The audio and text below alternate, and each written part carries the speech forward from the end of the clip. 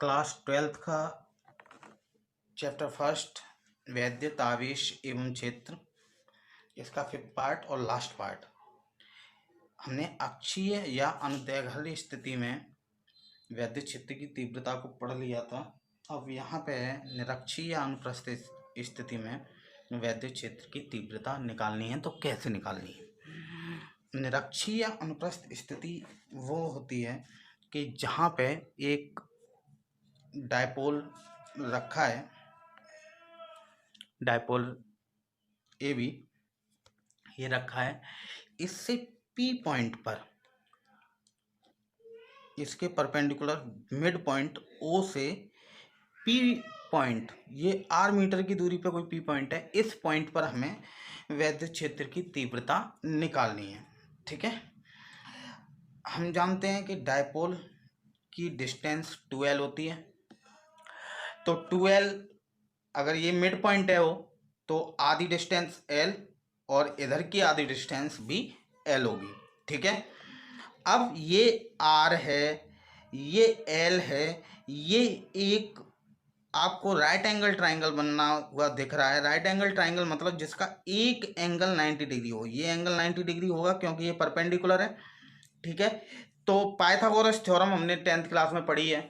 Pythagoras theorem से ये हो जाएगा हाइपोटेनियस इज इक्वल टू, ये हाइपोटेनियस है तो पीवी डिस्टेंस है, तो पीवी इज इक्वल टू क्या हो जाएगा, पीवी का स्क्वायर इज इक्वल टू क्या हो जाएगा, इस परपेंडिकुलर का स्क्वायर मतलब आर स्क्वायर और प्लस एल स्क्वायर इसका स्क्वायर। तो पीवी यहाँ से कितना आ जाएगा, under root of R square plus L square. तो ये हमने under root of R square plus L square पहले से ले रखा है। ठीक है, जो डिस्टेंस ये होगी वही डिस्टेंस ये होगी। क्यों होगी? क्योंकि ये एंगल, ये साइड इक्वल, ये साइड इक्वल, ये साइड इक्वल, ये साइड इक्वल और ये भी इक्वल है, तो दोनों एक तरीके से बिल्कुल समरूप त्रिभुज हो जाएंगे। तो ये एंगल अगर हमने थीटा लिया है तो ये एंगल भी थीटा होगा।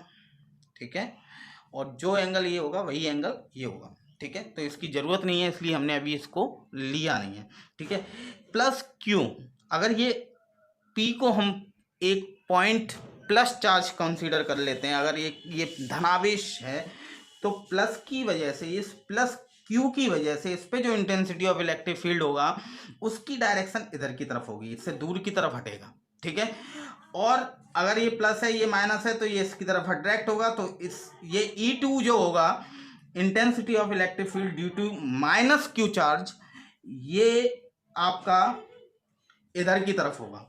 ठीक है, अब हमने रिजल्टेंट निकालना है E, हमने रिजल्टेंट इधर की तरफ निकालना है। ठीक है, तो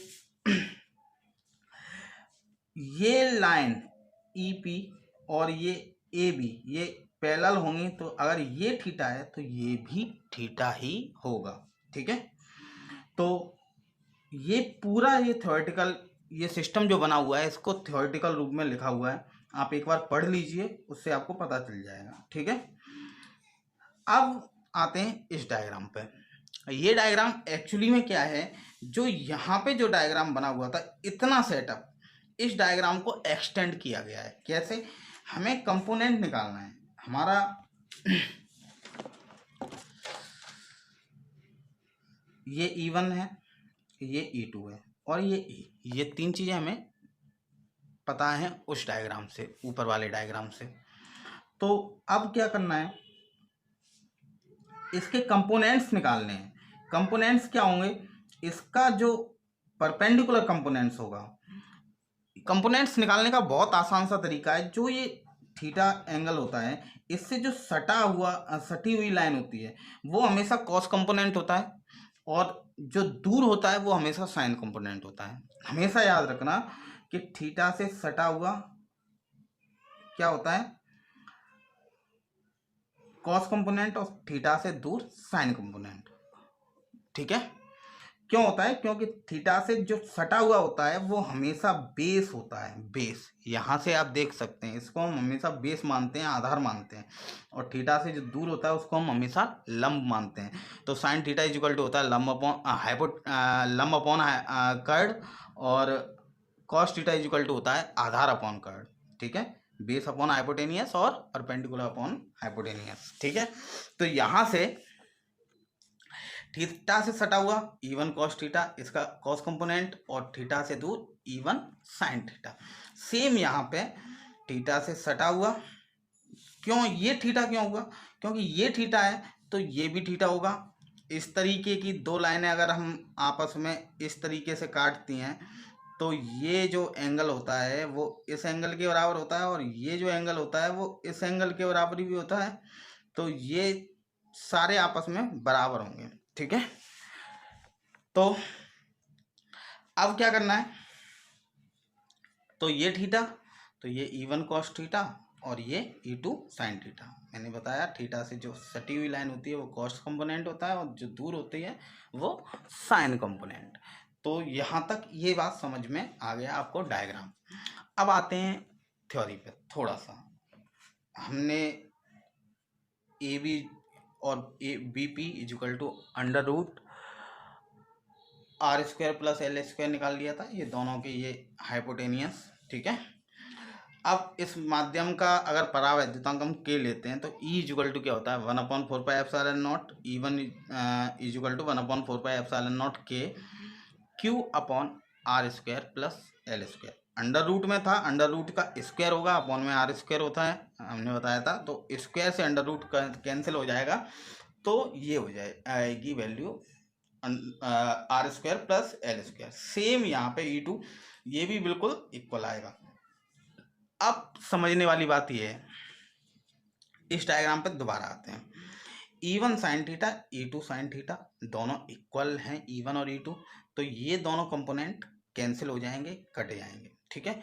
तो जो वैल्यू निकालनी होगी वो हमें निकालनी होगी E equal to E1 cos theta plus E2 sin cos theta, क्योंकि इन दोनों की डायरेक्शन एक ही डायरेक्शन में होगी, E1 और E2 की कॉस कंपोनेंट की, इसलिए हम इनको प्लस कर लेंगे। तो हमने इनको प्लस कर दिया, ठीक है। अब क्या करना है, E1 और E2 की वैल्यू रख देनी है यहाँ से, ठीक है। तो वैल्यू रखते हैं, तो वैल्यू क्या है 1/4πε0 के Q upon R square plus L square cos theta, cos component वाला, ठीक है। सेम यहाँ पे भी E2 की यही वैल्यू है और कॉस थीटा, ये दोनों में कॉमन आ रहा है, या इसको प्लस इसको करेंगे तो cos theta plus cos theta बचेगा, कॉमन ले लिया इसमें से, तो cos theta plus cos theta 2 cos theta आ जाएगा। क्या आ जाएगा 2 कॉस थीटा। अब डायग्राम से समझने की ज़रूरत है, इस वाले डायग्राम से, कि कॉस थीटा की वैल्यू आएगी क्या। मैंने अभी आपको बताया cos theta is equal to क्या होता है, बेस या आधार, आधार अपॉन कर्ड, कर्ड क्या हो जाएगा ये under root R square plus L square, ठीक है। तो यही value L upon under root R square plus L square, ये कॉस थीटा की वैल्यू यहाँ पे रख देनी है, ठीक है। तो E इक्वल टू 1/4πε0 के Q upon R square plus L square, इतना पोर्शन सेम है, 2 आ गया, और कॉस थीटा की value L upon under root R square plus L square. Under root का मतलब होता है, अगर हम अंडर रूट में R square plus L square लिख रहे हैं तो इसका मतलब होता है R square plus L square की पावर 1/2, ठीक है। और जब इन दोनों का मल्टीप्लाई होगा तो पावर ऐड होती है, तो इस पे पावर 1 है और इस पे 1/2, तो 1 प्लस 1/2 हो जाएंगी पावर ऐड होने पे। तो एलसीएम 2 1 जा 2, 2 1 जा 2, 1 1 जा 1, तो 3/2। तो यहाँ पे जो R square plus L square की पावर आ गई वो 3/2 आ गई, ठीक है। 2l और q का मल्टीप्लाई करेंगे तो 2ql लिख सकते हैं, और 4πε0 के। मैंने अक्षीय स्थिति में बताया था आर स्क्वायर के सापेक्ष में एल स्क्वायर की वैल्यू बहुत छोटी होती है, इसलिए इसको निगलेक्ट कर देते हैं। तो होगा क्या, 2ql की जगह p लिख देते हैं, डायपोल होता है इलेक्ट्रिक डायपोल, ठीक है। तो 2ql की जगह हमने p लिख दिया, और फिर अपॉन में आर स्क्वायर की पावर 3/2, ठीक है। ये पावर 2 × 3/2 हो जाएगी, तो ये 2 से 2 कट जाएगा, तो पावर 3 बचेगी यहाँ पे। ठीक है, तो इतनी वैल्यू आ गई। और हम जानते हैं कि निर्वात के लिए या वायु के लिए 1 होता है, तो के की जगह 1 रखने पे ये वैल्यू आ जाएगी। ओके, के की जगह पे ये वैल्यू आएगी, सॉरी ई की जगह पे ये वैल्यू आएगी K1 रखने पे। Okay, thank you. ये नोट्स हैं, ये फ्रंट पेज का नोट है और अब ये सेकंड पेज का नोट है, तो आप इन्हें नोट कर लीजिए।